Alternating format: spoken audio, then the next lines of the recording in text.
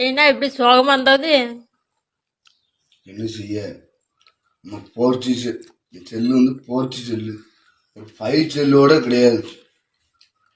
இன்ஸ்டால அந்த செல்லை வச்சுட்டு வீடியோ போட முடியல, ஒன்றும் போட முடியல, வியூஸ் ஒன்றும் போட முடியல. ஒரு ஐஃபோன் எடுக்கிறதுக்காக ஒரு 2 பேர்கிட்ட கேட்டாங்க, தாரன்னு ஏமாத்திட்டாங்க. நம்மளோட ஐஃபோன் எடுத்துட மாட்டோமான்னு ஒரு கனவு.